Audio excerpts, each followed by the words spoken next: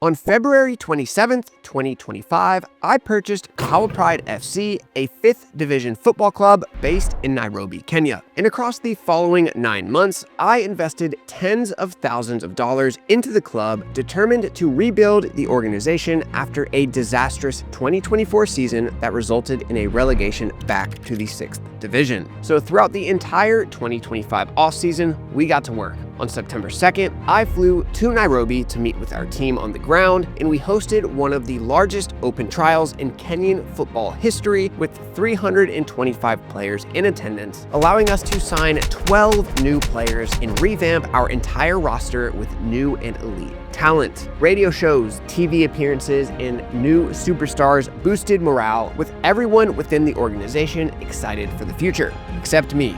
I knew one major issue remained: finances. JerseyBird was funding the project almost entirely on its own, and we were quickly running out of cash. As expenses soared into the tens of thousands, I knew that time was running out. We hadn't even posted a single episode yet, but I knew that if the show didn't go viral, bankruptcy was inevitable. But on October 5th, everything changed. Our season 2 premiere went viral on TikTok, amassing over 6 million views, a huge break for the club as our hopes of mainstream potential had been validated. And the support didn't just stop there. Episodes 1 through 5 amassed a total of 10 million views across YouTube and TikTok, generating the financial boost we needed to keep the project alive. Some owners might have sat back and enjoyed their profits, a reward for their high-risk investment, but I am not your average owner. Immediately, I tripled our spending. Pool days, new boots for the entire club, a completely revamped meal plan, clubhouse renovations, new furniture, TVs,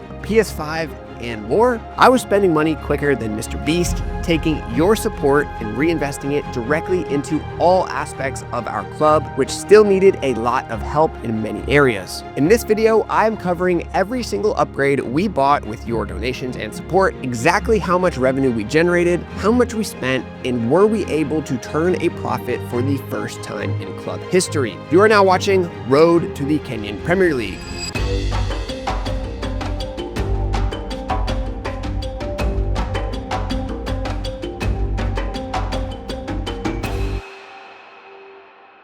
What's up, everyone? I am back with another huge episode today, so let's get right into the video. If you want to support this project, there are 2 main ways to do so. First is the JerseyBird 10 for 10 deal. If you come to JerseyBird and work with us on your club's next set of kits and apparel, you will get 10% off your entire order and another 10% donated directly to our club with a mention in the following week's episode. We will work one-on-one with your organization to create the best custom kits possible, just like the ones you see in our videos. And the second way, if you don't have a club or any need for kits and apparel, we now have a Discord channel for the project. It's a few dollars per month to join, and it will be serving as the headquarters for our community as this project grows. Thank you all for the support. Back to the video. As I've said from the beginning, my #1 rule for this entire project is transparency. If you guys are supporting us financially, I will make sure that all finances are publicly available so you know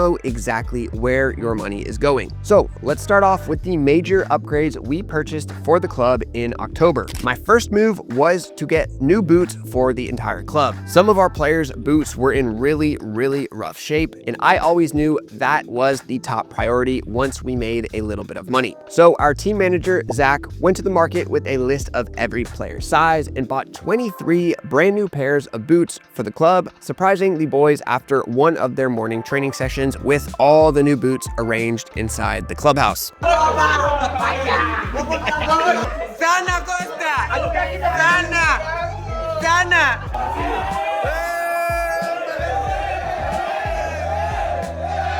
It was a huge morale boost, and I actually do think it might have played an impact in the preseason cup final. In a game that close, anything, even something small like new boots, could be the difference maker. Those 23 pairs of boots set us back 110,000 shillings, or approximately 870 USD. Big hit to the budget, but definitely a necessary one, and I'm glad we got it done. So that was a big boost to the equipment department. The next problem I wanted to solve was clubhouse entertainment. entertainment. Our clubhouse was super boring. Literally, all we had in the entire clubhouse was beds, tables, benches to eat at, and nothing else. Our technical director, Otto, finally saved us and let us borrow his own TV, which we did set up last Monday, but it was not going to be a permanent solution for us. So we went shopping. Zach, along with Eunice, our clubhouse manager, first hit the electronics store in the mall to find a TV. We wanted a TV that would be good for film review and gaming. Honestly, we were mostly going to be using this for gaming. So we settled on this TCL 75-inch 4K TV. Yeah, we did splurge a little bit. This one set us back 106,000 shillings or 840 USD. But again, I do think it was worth it. So we packed it up, signed off on it, and moved on to our next and most important purchase, the PS5. We headed down to the bottom floor of the mall for the gaming store. We already knew exactly what we wanted. We wanted the PS5 Slim. So the store gave us one to unpack and check out before we bought it. And after Eunice gave it a quick inspection, she approved. So we agreed on a price, grabbed 2 controllers to add to our order, checked out, and headed back to the clubhouse to build our brand new state-of-the-art gaming setup. The PS5 was another big hit to the budget, a $630 purchase, including the controllers. But again, just like the TV, we need something for the players to do in their free time, and this was the perfect solution. Once we were back home, Zach unpacked the TV, Eunice brought in the PlayStation, and just 1 hour later, we had our brand new gaming setup in our very own clubhouse. And after our morning training session on Wednesday, Zach surprised our entire team with the new setup.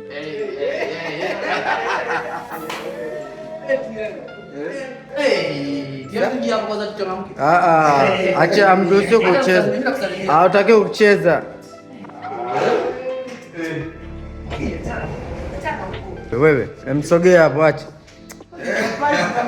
Okay, so now we have the setup, but we needed something for the players to sit on, and the dining benches were not going to cut it. So Zach called up a local carpenter, and he got to work designing and building a custom couch that could seat as many people as possible. This was pretty much our inspiration, just a basic C design that fit in our living room. We measured it out and began building, and within a day, we had our new couch. Finally, a place for the players to sit down and just chill after a match or a training session. Total cost for the couch, 410 USD. Shout out to Wasambu Beauty Furniture for helping us out with this. Obviously, everyone has really been enjoying the PlayStation so far. We only have one game, EA FC 26, and Kasim has established himself as the top player, but Gatoto is challenging him for that number 2 spot right now. Things have been getting pretty competitive with weekly tournaments, and I will report back soon if Kasim is dethroned. So that wrapped up improvements to the main floor, but as we were working on that, we were also completely revamping the basement floor, which, if you remember, was a huge open space underneath the main floor. This is what it looked like 2 months ago when we were about to move in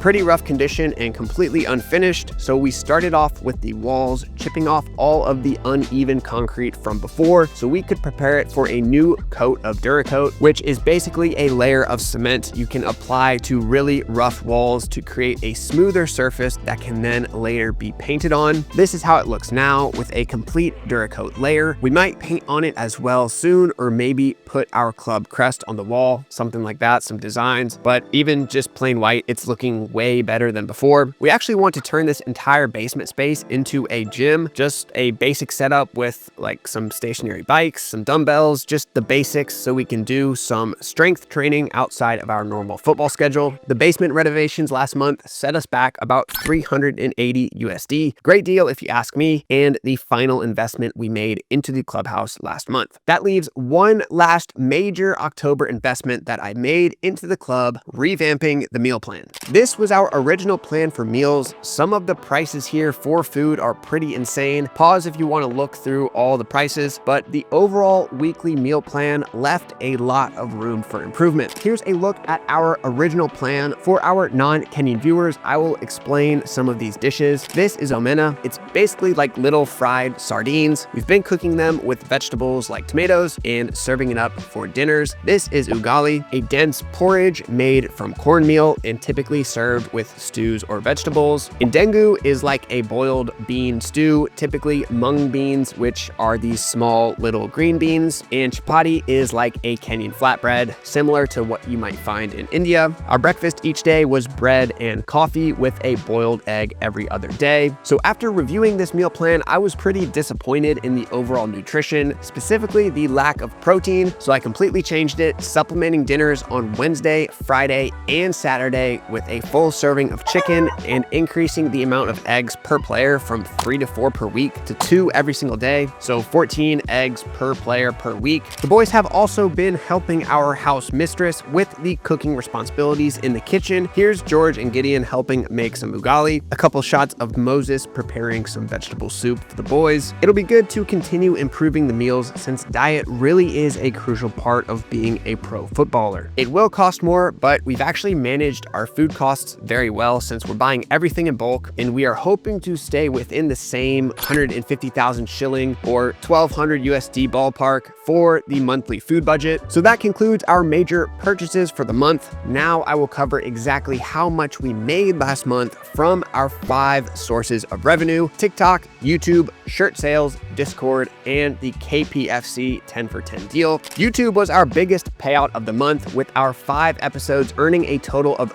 $3,614, with season 2, episode 2 leading the way with over 700,000 views and a $1,600 payout. Next up was TikTok. I posted 7 club-related videos, which totaled up to $2,298 in creator payouts, with 90%, almost all of our earnings on TikTok, coming from our 6 million view season premiere. Next up, shirt sales absolutely blew up last month. We sold 59 shirts. We actually would have sold more, but we ran out of stock. I actually just restocked all sizes, but this was a huge and really unexpected boost to the bottom line. I did not expect so much out of our shirt sales, and this pushed us a lot closer to that break-even amount that we are aiming for. We have about 60% margins on these shirts, so total profits equaled 1,882 USD and 60 cents, including 2 hoodies and 1 training shirt sale. After shirt sales, we have the Discord server, which is now up to 42 members, each paying around $3 on average after transaction fees, another $126 in pure profit straight to the club. And finally, we have the 10 for 10 deal, which pays out whenever a viewer from this series works with JerseyBird on new kits and tells us that they came from this Road to the KPL series. They will get 10% off their order, and 10% will also go to the club itself. It's a pretty new deal, so we don't have any completed projects yet, but I do believe there are some in the pipeline that should help with November revenue. So in total, we generated $7,920.80, or around 1 million shillings in October, a 1,000% increase from our 750 USD September revenue, an increase that absolutely no one really saw coming. But yeah, the internet is a crazy place, and you guys really showed up last month and honestly changed the lives of everyone at our club and brought entirely new life to this entire project. But was our record-breaking month profitable? Was 10 million views and an explosion of shirt sales enough to make some money? Nope, it was not. Unfortunately, due to our massive investments back into the club, we still lost $317 after everything was added up, but that is still a lot better than our 3,855 USD loss in September. And we would have been profitable if I didn't triple the budget and splurge on a ton of club upgrades. Here is the full expense report. Pause if you want to read through them all. We had a ton of random expenses like league registrations for our women's and U19 team, out-of-pocket medical expenses since our insurance still isn't set up, and other miscellaneous costs that added up to 8,232 USD in total, or 1.06 million shillings. But overall, despite the $300 loss, October was definitely a success. People really seem to like the series, they're supporting the videos, and I am more confident now, way more than I was in September, that this project can survive long term. So as always, thank you all for watching. Thank you for all the support. You can catch new episodes of Road to the Kenyan Premier League every Wednesday Wednesday at 1 p.m. Eastern, 8 p.m. East African time. So drop a like, drop a sub, let me know what you thought of the video, and I'll see you in the next one.